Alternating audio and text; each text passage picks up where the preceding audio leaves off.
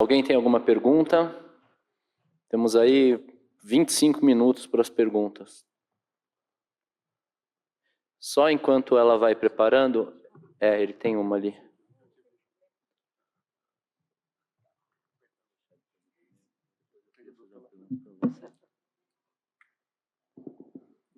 Fique à vontade. Boa tarde, eu sou o Adriano de Londrina. Parabéns pela apresentação de vocês. É muito legal ver a minha chefe dando uma aula tão boa quanto a sua, Luciana, e a minha dúvida é nesse cenário, mas é o oposto que você apresentou. Eu tenho um indivíduo que eu queria saber a sua opinião, que tem mais experiência nessa área, um idoso, 65 anos, com estenose aórtica grave, anatomicamente pelo eco. Área valvar de 0,9, gradiente acima de 50, uma velocidade de ato de 4,4. Indivíduo completamente assintomático, função ventricular normal. Não tem nem hipertrofia pelo eco, tá? Um score de cálcio valvar de 2.300 e uns quebradinhos. Então é uma estenose considerada importante. Ele foi atleta a vida toda, correu a vida inteira. Corre em média, não é corredor de longa distância, mas corre 10 km todos os dias. E a vida dele é correr. E proibiram ele de correr. E ele veio me procurar essa semana. Então uma estenose aórtica anatomicamente importante, com fração de ejeção normal, absolutamente assintomático. Ele não tem teste cardiopulmonar ainda, está agendado, então eu não sei ainda, mas ele foi limitado, ele está só andando. E a vida dele acabou temporariamente pelo andar, porque as pessoas estão acostumadas, né? A minha dúvida é, se esse indivíduo vai para um cardiopulmonar, possivelmente o L1 dele vai ser em faixa de corrida, o L1 dele. Você pensando que você treiná-lo abaixo de um L1, que seria num domínio leve ou moderado, numa estenose aórtica avançada, com o coração estruturalmente normal, você acha que seria um risco muito elevado? Qual a sua opinião nesse cenário de estenose aórtica com esse perfil de idoso não tão frágil, um idoso forte? Isso está mais desafio do que o idoso frágil, hein? Adriano, difícil, né? Porque ele tem uma estenose aórtica importante, mesmo sendo assintomático, a gente sabe que essa doença vai evoluir. Então, eu realmente não me sinto segura de falar para ele que ele pode continuar fazendo o nível de esporte que ele faz, porque a gente sabe que durante a atividade física esportiva, muda-se né? Eu acho que toda pessoa que reabilita sabe que para eu fazer uma boa prescrição, eu tenho que fazer uma boa avaliação e eu tenho que ter um objetivo com aquele treinamento. E a gente não tem dúvida que ele vai evoluir, né? E que ele tem parâmetros que está sinalizando para o caminho de intervenção. Então, eu realmente não fico muito confortável de liberação. Eu acho que o teste cardiopulmonar pode te ajudar, mas eu teria um pouco mais de cuidado de uma liberação externa, sem uma supervisão, sem uma... Realmente é um desafio, porque a gente não tem muita informação, mas intensidade maior para ele. Agora, se for no L1 dele, mesmo que seja decorrida no L1 dele, é o L1 dele. Esse eu vou respeitar e vou fazer, independente do que seja. Só comentar também, eu acho interessante esse seu comentário, mas estenose aórtica é uma grave, é uma doença maligna. Tanto que tem 2 coortes já no JACC mostrando que esses pacientes devem ser tratados porque é uma doença maligna. Estenose aórtica grave assintomática é igual cabeça de bacalhau. Pode até ter, mas você nunca viu. Você vai ver no teste cardiopulmonar, eu duvido que esse cara é classificação 1, duvido. Pede um NT-proBNP dele, e eu acho que o eco precisa talvez ser melhor olhado, porque deve ter algum grau de hipertrofia, sim, se for verdadeiramente grave. Esse score de cálcio que você mostrou, já tem até paper mostrando que acima de 1.800 já vale a pena tratar, porque já é grave. E aí ele quer correr, eu acho que com certeza, depois que ele tratar, ele pode correr, sem problema nenhum, mas esse é um ponto importante que eu queria te falar. Para você ter ideia, o tanto que é maligna, já tem alguns editoriais sugerindo incorporação no guideline para tratar até estenose aórtica moderada. Quando você vê na evolução no coorte dessas 2 subpopulações, estenose aórtica grave e moderada, quase que não tem tanta diferença em relação ao prognóstico, eles têm um prognóstico ruim. Então, estenose aórtica não é uma doença benigna, ainda mais ele querendo correr, eu acho que você tem que explicar isso para ele, e o cardiopulmonar é fantástico. Você tem o cara que é ex-atleta. Pô, o branco da seleção brasileira campeã de 94 é ex-atleta. Você viu o tamanho que ele tá? Um paciente totalmente descondicionado. Ele fala que ele foi atleta. Hoje não tem nada a ver. Então, ele é um caso ótimo. Deve ter uma periferia boa. mas se for verdadeiramente estenose aórtica grave, se fosse moderado, eu já ia falar para você que eu já ia ter minhas dúvidas se eu liberaria ele para correr. Só para você ter ideia, sendo grave ainda, o cardiopulmonar vai desmascarar isso para você. E eu acho que isso é importante, Adriano, que não só, até fugindo da estenose aórtica, o indivíduo treinado, ele engana mais, né? Ele tem a periferia toda trabalhada, então essa periferia, muitas vezes, está compensando e ele não está te trazendo o que ele sente. Então, eu também realmente ficaria muito preocupada e se é indicação cirúrgica, TAV, o que for, trata e depois segue. Eu tenho um caso muito semelhante de um tio meu, atleta, fazia exercício, teve uma síncope que provavelmente que não foi valorizada ou associada a vasovagal, estava pescando um sol na cabeça e não necessariamente foi associada à estenose aórtica, ou associada a um caso grave que não fosse vasovagal.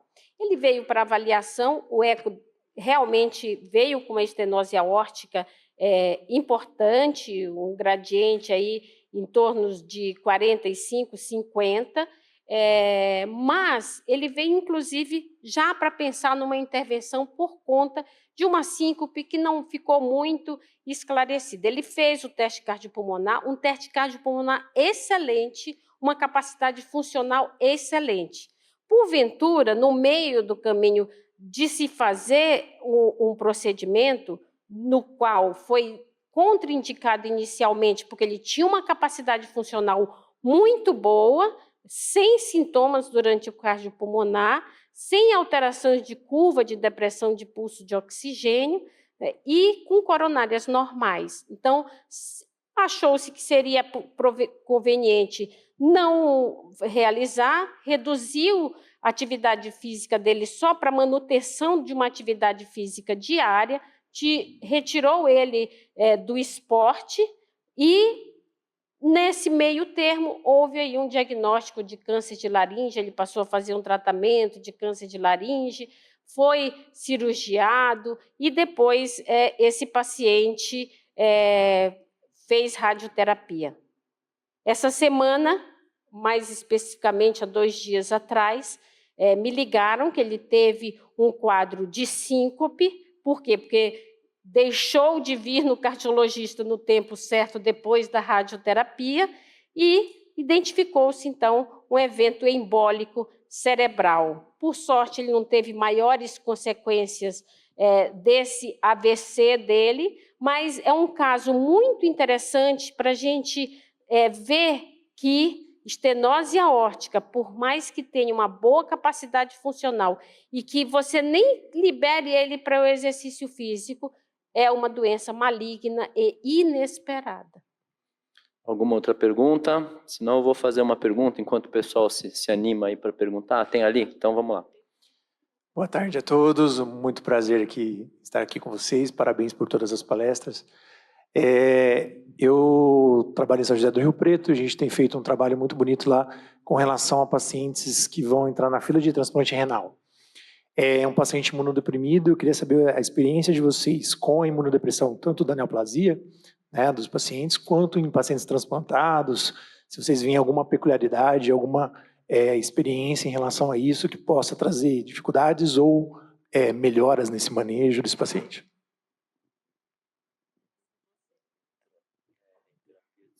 Eu posso começar? Parabéns, eu sei que vocês fazem um trabalho fantástico lá, legal essa sua pergunta. Capacidade funcional é hoje um dos maiores preditores prognósticos, qualquer que seja o cenário. Mesmo no cenário de imunossupressão, no cenário oncológico. E estratégias para melhorar a capacidade funcional são fundamentais, porque esse caso que a Jenner comentou, o paciente ele foca muitas vezes no tratamento da doença e esquece do resto. Então, é comum não voltar no cardio, né? Realmente o médico dele passa a ser um oncologista ou quem eventualmente transplantou ele e tal. E aí, essas estratégias da gente tentar manter o paciente sem perder capacidade funcional, porque ele não só deixa de ir no cardio, ele deixa de fazer tudo, ele não vai fazer atividade física, a prioridade dele é tratar o câncer, a prioridade dele é o pós-transplante. E, de fato, não é uma vida fácil, a gente entende, mas colocar esses pacientes para reabilitar é fundamental. E nós temos uma experiência lá semelhante em pacientes com câncer de mama, em vigência de quimioterapia, e muitas vezes fazendo esse tipo de programação, e tem vários trabalhos na literatura, tem inclusive uma revisão que a gente publicou no ABC Heart Failure, eu e a Renata lá do Rio, focando muito nisso. Se o paciente conseguir, ele tem um melhor prognóstico oncológico e um melhor prognóstico geral. É incrível como protege de cardiotoxicidade e aumenta a eficácia tumoral. É bem interessante. Mas como é que você coloca alguém que está fazendo quimioterapia, muitas vezes nauseando, muitas vezes alimentação ruim, aquela sensação horrível da quimio, para colocar ele para fazer exercício na reabilitação? Então são desafios que a gente tem. Mas se você eventualmente conseguir, é fundamental. Eu te falo isso também no cenário do pós-transplante cardíaco e pós-transplante renal. O paciente está fazendo imunossupressão, muitas vezes tem corticoide na jogada. Ganha peso, muda a composição corporal, perde massa muscular, aumenta a massa gorda. Então você tem que tentar reverter isso, farmacologicamente e com reabilitação. Mas é bem difícil. Porque quando você quer encaminhar, muitas vezes o médico não quer encaminhar. Quando ele quer encaminhar, ele não tem para onde mandar. Quando ele tem para onde mandar, o paciente fala, eu não quero ir. Aí você fala, pô, tá difícil, né? Então são vários gargalos para serem vencidos na reabilitação. Mas se você conseguir vencer esses gargalos, com certeza vai ser melhor para o paciente. Eu tenho experiência com alguns pacientes em diálise que a gente treina. O que eu tento buscar com o paciente é como é que ele se sente no pós e pré-diálise, né? O quanto que se tira nesse pré-pós-diálise. Então, eu levo muito em consideração como ele fica em termos de fadiga, de sintomas, para eu escolher o melhor momento dele vir para a minha reabilitação. Então, eu tenho muitos que vêm antes de irem para a diálise e outros que vêm depois. Meu sonho é durante. Meu sonho, eu já falei isso no hospital, que eu queria que todo mundo em diálise ficasse ali 4 horas fazendo exercício. E a gente tem estudo disso, né? Então, acho que sem dúvida nenhuma, a gente não pode deixar de fazer. Para os oncológicos, a gente usa muito a estratégia dia bom, dia ruim. O dia bom, a gente vai mais intenso. O dia ruim, a gente vai respeitar. Então, acho que isso é muito importante, porque eles têm muita queixa de fadiga, e eu tenho que respeitar isso. Queria fazer uma pergunta. Continuamos abertos aí para o pessoal fazer uma pergunta. Eu queria botar a Luciana Dourado na jogada. Eu falo Luciana Dourado porque eu olho para a esquerda e tem 2 Lucianas, né? Eu sou da opinião que, sem dúvida nenhuma, trabalhar com isquemia no paciente coronariano é interessante, né? A gente sabe que a isquemia induz neovascularização, entre outras coisas. E muitos dos nossos pacientes já trabalham acima do limiar isquêmico, a gente sabe disso, né?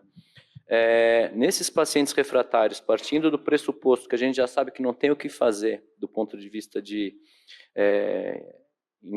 procedimentos invasivos, o quão importante é a gente determinar a carga isquêmica para a gente tentar provocar e chegar em frequências mais altas? Bom, reabilitar pacientes com angina refratária é um desafio. Aliás, qualquer tipo de estratégia terapêutica nessa população é sempre um desafio.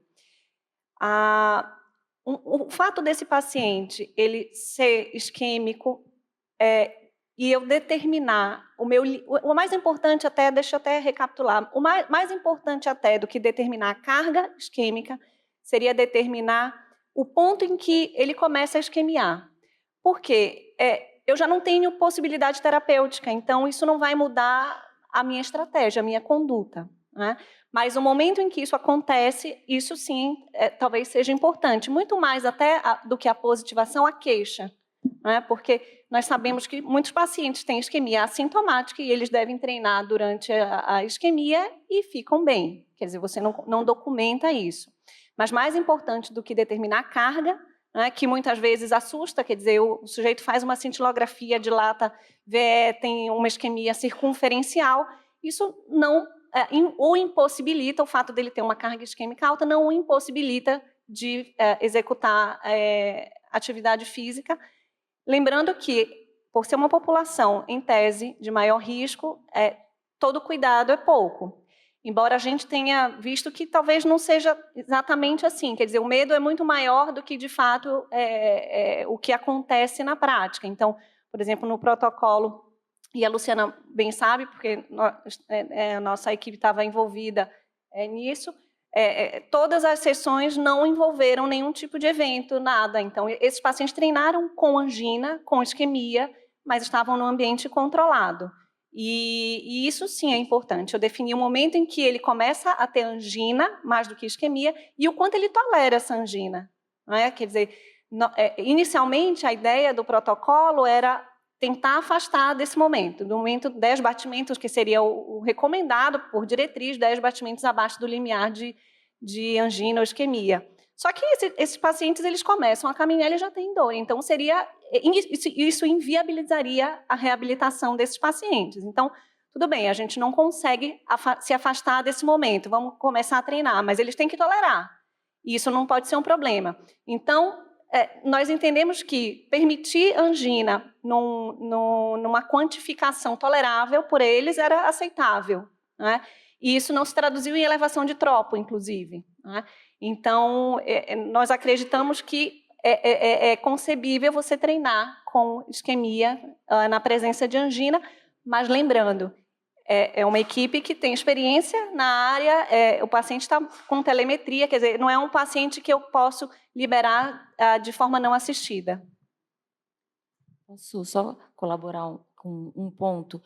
A gente sabe, Fábio, que mesmo aqueles indivíduos que a gente acha que a gente não está treinando com isquemia, isso o Dr. Romeu, né, e o Milani fez na tese dele, porque ele fez a cintilografia durante a reabilitação, ele viu que mesmo treinando no LA, tinha um grau de isquemia pelo exame mais apurado. Então, eu sincero e honestamente, até acho que isso é um gatilho para melhora. Se a gente pensar na doença arterial periférica, a gente precisa ir na isquemia e voltar, ir na isquemia e voltar. Nos pacientes com angina refratária, eu até brincava com a Lu, eu falei, Lu, mas eles já treinam todo dia, né? Porque eles têm dor. Eles tinham dor para andar do metrô até o INCOR, então, né? Então, assim, se eu parar para pensar, eles fazem frequentemente isso, e a gente sabe que o pré-condicionamento isquêmico é uma técnica que a gente pode usar para reabilitar. Só que o problema é que a gente tem que fazer de forma supervisionada, porque a gente não tem também tantos trabalhos para garantir que a gente não pode botar um risco embutido aí. Então, acho que temos que ter cuidado, mas eu também sou favorável. Posso só fazer uma complementação rápida? Eu tenho acompanhado parte desses pacientes no protocolo Aramis, né, que a gente está realizando lá do Luiz Goldak, e a maior dificuldade, eu acho, que para quem vai reabilitar, como a Luciana falou, que é a dor e que varia de dia para dia, então é muito difícil você determinar um ponto estratégico de reabilitação para aquele indivíduo, é o fato de que no teste cardiopulmonar, a grande maioria, 75% dos pacientes não apresentam alteração eletrocardiográfica durante o exame, né? Até o máximo. Eles sentem dor, eles são limitados por dor, mas o eletrocardiograma deles praticamente não altera por conta desse balanço aí circulatório que a angina refratária traz, né? Então, é um desafio tratar na isquemia, mas essa isquemia é totalmente determinada em relação dia a dia do paciente, né? É sintoma dependente.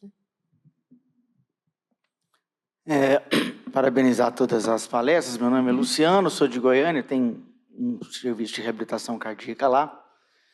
O melhor serviço da cidade, é o único, né? Mas, enfim, é só porque é engraçado, eu li a publicação do estudo de caso que a Luciana fez. Em 2017, um colega nosso, cardiologista, o Dr. Rodrigo, inclusive está aqui no congresso, até achei que ele estaria aqui, porque normalmente acompanha quando você tem algumas aulas sobre angina refratária e reabilitação. Esse paciente ele tem um pai que infartou com 42 anos, coronária direita, e ele e um irmão gêmeo. Ele teve um infarto com 46 anos, coronária direita, o irmão fez exames. E também tinha lesão moderada na coronária direita. Mas ele tratou a lesão, 3 meses depois ele trombosou a coronária direita num segundo evento. E ficou como tratamento clínico com angina refratária aos mínimos esforços. Esse paciente foi para a reabilitação, isso era 2017, e a gente fez exatamente, assim, achei engraçado porque juntos, nós dois conversando, nós estabelecemos um critério de dor anginosa e ele começou a caminhar e ele referia uma dor nível 3, a gente mantinha, às vezes, mantinha a intensidade, a gente fez o cardiopulmonar, tudo direitinho, E a gente conseguiu evoluir. Né? Ele recebeu alta 5 meses depois, ele treinava monitorado com 2 derivações, depois a gente tirou, ele fazia a isquemia no eletro, e essa isquemia foi desaparecendo com o tempo, aparecendo em cargas cada vez maiores, e a gente deu alta para ele 4 meses depois, ele correndo na esteira sem dor. Entre o primeiro, fazendo até um treino intervalado entre o primeiro e o segundo limiar. E a gente recebeu alta, ele é cardiologista, um excelente cardiologista, por sinal. E ele sempre continuou mantendo os exercícios, e ele é uma pessoa esclarecida. A gente conversava, né, não tão frequente, porque ele tinha todas as informações para saber o que estava acontecendo com ele.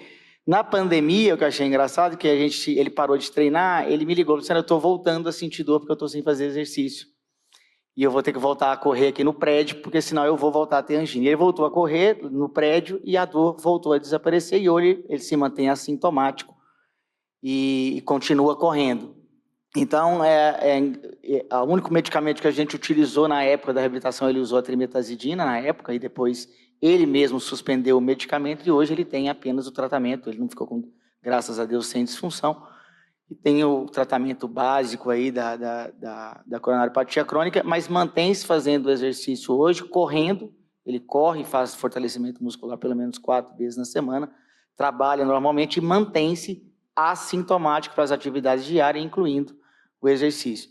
Então, assim, achei bem interessante, já tem um segmento de 7 anos, né, praticamente, assim, treinando, e ele está aqui no congresso, eu achei que ele estaria aqui, mas, assim, realmente são pacientes difíceis de tratar no início, mas que realmente, se ele manter, ele vai melhorar e manter a atividade física, com certeza ele vai conseguir ter um nível de vida quase que normal, mantendo os exercícios e tendo uma vida relativamente normal. E é exatamente o estudo de caso que você fez, né, foi o que a gente usou na época. É até um questionamento, né? Será que é angina refratária? Será que a angina refratária ela existe mesmo? Ou nós que estamos subtratando, né, os pacientes? Então, eu até brinco, né? Eu acho que angina refratária é uma condição que é para os menos privilegiados, porque na saúde suplementar é muito difícil a gente ver um paciente com angina refratária de fato, né? Porque você consegue tratar em todas as frentes, você consegue reabilitar, você consegue oferecer um suporte nutricional adequado, um suporte psicológico, porque esses pacientes frequentemente têm condições psíquicas que influenciam na percepção de dor. Então, é até um questionamento, né? Será que esse paciente ele devia ter angina de difícil controle, mas o fato dele ter melhorado, será que ele tinha angina refratária ou ele ainda não estava tratado? Então, é até um questionamento para nós. Quer dizer, nós temos lá no INCOR um ambulatório que é de pacientes com angina refratária, mas tem até uma publicação antiga que eles chegavam do ambulatório referidos como angina refratária, dos outros ambulatórios de coronariopatia. E nós ajustávamos mês a mês a medicação. E o que a gente viu é que mais de 50% desses pacientes, ao longo de 3 meses de ajuste fino de terapia, eles melhoravam muito de angina e saíam da refratariedade. Então, será que realmente existe? E eu acho que a reabilitação aí, ela assume um papel extremamente importante e que acaba sendo uma faca de 2 gumes, porque o paciente ele tem que reabilitar, ele deveria reabilitar para que tenha algum benefício, mas, por outro lado, a maior parte dos médicos não referencia esse paciente para reabilitação porque tem medo, porque é um paciente grave. Não infrequentemente, nós vemos um paciente, por exemplo, com uma lesão de tronco grave, o paciente tem a direita que enche o território esquerdo e a gente libera esse paciente. Quer dizer, o próprio cardiologista, e a gente lida muito com residente, os próprios residentes ficam assustados, mas eu vou liberar esse paciente? Quer dizer, acho que parte da refratariedade é isso, é falta do tratamento e do conhecimento adequado para que você direcione o paciente para o melhor caminho. Só pegando um gancho, você quer falar alguma coisa, Pedro? Não, só queria falar que isso vale para a coronária epicárdica, mas a gente também, no grupo que eu trabalhei muitos anos lá na USP em Ribeirão, a gente tem na parte de isquemia microvascular também. Pacientes com angina refratária e coronárias epicárdicas normais, cintilografia francamente positiva, 30. Aí teve alguns casos, eu lembro emblemático, que a paciente tinha feito 12 cateterismos, porque ela sempre chegava no pronto-socorro com dor no peito, aí ela ia num pronto-socorro diferente, cara, dor no peito, hipertensão diabética, CAT branco. Ah, a senhora não tem nada, é cintilo, 30 de score de isquemia. 0 de fibrose e 30 de isquemia. Aí entrou no programa de reabilitação, 3 meses depois repetiu a cintilografia, zerou, ficou maravilhosa, assintomática. A paciente sumiu. A hora que ela voltou, ela tinha parado de fazer exercício, dor no peito, repetiu a cintilo, 30 de isquemia de novo no score. Então é um remédio que você tem que tomar o tempo inteiro. Se você parar de fazer, é igual esse caso que você relatou, para de fazer, perde o benefício, né? Está acabando o tempo, mas é só pegando o gancho em tudo que vocês... Só falando, é o remédio que não tem na pílula, né? Sim. Que é a melhora da função endotelial de microcirculação. Pegando o gancho no que a Luciana falou, para finalizar, o importante é esses pacientes serem referenciados, né? Muitas cidades, o próprio Luciano, você vê, está numa cidade grande, né? Goiânia, ele é o único que faz reabilitação na cidade dele.